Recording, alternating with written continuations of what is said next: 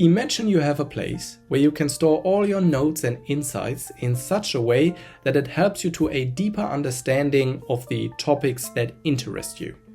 And even more, a place where your own work on these topics emerges almost by itself. That is the promise of the Zettelkasten, a second brain that in some ways functions better than your first one. You've probably heard this term before. The Zettelkasten is actually a thing of the 20th century, but it has seen some kind of digital revival around the year 2020, thanks to an ongoing research project at Bielefeld University, a popular book, and a bunch of apps. The book is titled How to Take Smart Notes by Sönke Ahrens. It's this one. And the apps are called Logseq, Obsidian, Rome Research, to name a few. With these, anyone can build their own digital Zettelkasten. Now in this short video I want to talk about what the Zettelkasten method is, who it's for, and how it works in a digital environment. At the end of this video you can hopefully decide for yourself if this is something for you. Since I came across it, the idea behind the Zettelkasten has significantly impacted the way I work, and I'm looking forward to reading your thoughts on this and about your experiences in the comments. My name is David, nice to meet you, let's dive in. The Zettelkasten method goes back to Niklas Luhmann, a German sociologist who in academic circles is famous for his systems theory and his incredible productivity. He published over 50 books and hundreds of articles. About half a dozen more were published in his name even after he passed away, to which Sönke Ahrens writes, "There are more than a few colleagues I know who would give a lot to be as productive in their whole lifetime as Luhmann was after his death." What made him so productive was his unique approach to note-taking and knowledge management in the form of the Zettelkasten. It allowed him to collect thoughts in a way so that he could retrieve them anytime, find meaningful connections, and thus build a large knowledge base as foundation of his work. The term Zettelkasten translates to slip box, and that's just what it is. Boxes filled with slips of paper called Zettel. That and a pen was all Luhmann needed. He has written about 90,000 of this Zettel. His archive has been digitized and gives an impression of how complex his method actually was, despite such simple equipment. The method can be simplified into three main steps.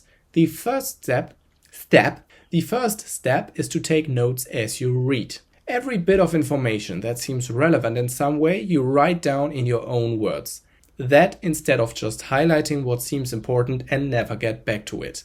In practice, let's be real here, you sometimes probably just want to highlight as you read. The solution is to review your highlights in a timely manner, for example with a service like Readwise, and then transfer and rewrite your highlights into your Zettelkasten.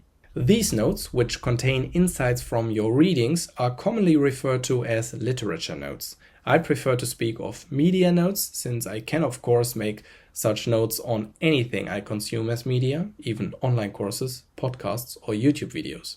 Regardless of the medium, it is important to keep these notes short and to the point.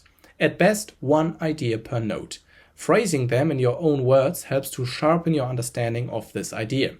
Second, take what is called bibliographical notes or reference notes.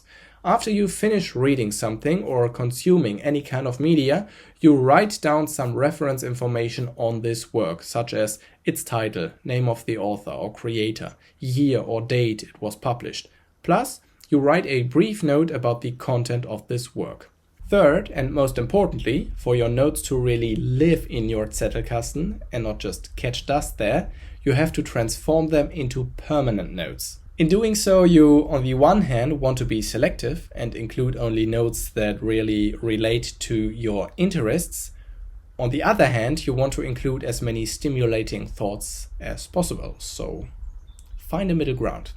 To do that, you review your media notes with your interests and research topics in mind and find meaningful connections between new and existing notes.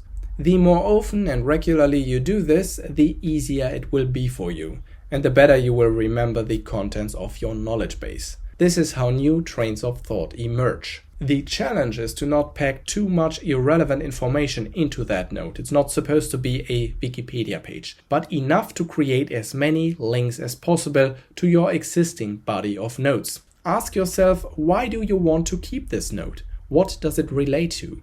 You may also add relevant keywords based on recurring interests, research topics, or projects of yours. All this helps your future self to notice a note when being engaged in a certain context. A note that doesn't link to others will most likely be forgotten. This method is for you if you read and research a lot and build your own framework of thought. But a Zettelkasten is not meant for any kind of note, such as notes on context or your journal, for example. In times of digital note-taking, it is even more important and difficult to keep a certain order within your notes, because nowadays our digital knowledge base often contains much more than Niklas Luhmann would have put into his Zettelkasten. But that's another topic for another time. Feel free to post questions and feedback in the comments. Thank you for your attention, and I'll catch you on the flip side.